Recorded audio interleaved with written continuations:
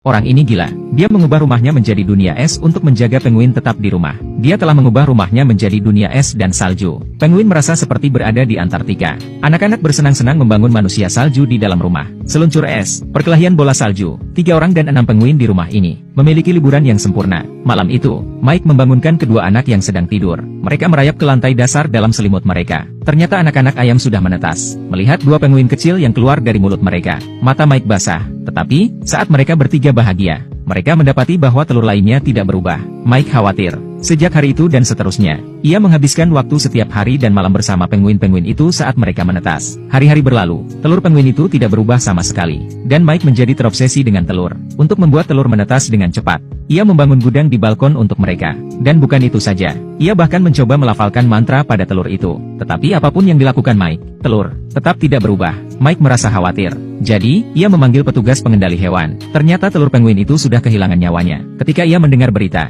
Mike sangat terpukul. Dia menyalahkan dirinya sendiri. Ia mengira ia telah gagal memelihara penguin. Dan ini tampaknya mengonfirmasi apa yang dikatakan oleh petugas pengendali hewan. Dia tidak bisa menjaga penguin di rumah. Semua cinta dan tidak ada ilmu pengetahuan. Ini tidak akan berhasil. Putus asa, Mike memutuskan untuk membiarkan penjaga membawa penguin-penguin itu pergi. Ia memilih untuk kembali ke kehidupan kerjanya. Ketika anak-anak dan mantan istrinya mengetahui berita itu, Mike sangat terpukul oleh berita itu. Hubungan yang telah begitu sulit diselamatkan rusak lagi. Pagi itu, Mike menemukan sepucuk surat di lantai. Itu adalah kata-kata terakhir ayahnya kepadanya. Tetapi ia telah jatuh ke sudut. Mike tidak pernah menemukannya. Dalam pikirannya, ayahnya mengatakan kepada Mike, penguin sangat pintar. Begitu mereka jatuh cinta kepada Anda, mereka tidak akan pernah meninggalkannya lagi. Saya harap Mike akan menghargainya. Setelah membaca surat, Mike sangat tersentuh. Dia membawa keluarganya ke kebun binatang. Ia siap membawa pulang penguin-penguin itu. Ketika mereka tiba di kebun binatang, mereka menemukan bahwa penguin di kebun binatang bukan penguin yang mereka miliki. Jadi mereka pergi ke pengurus. Mereka menemukan bahwa penjaga telah mengunci mereka untuk dijual ke penguin. Mike menyelamatkan penguin. Kemudian keluarga itu berpura-pura menjadi staf.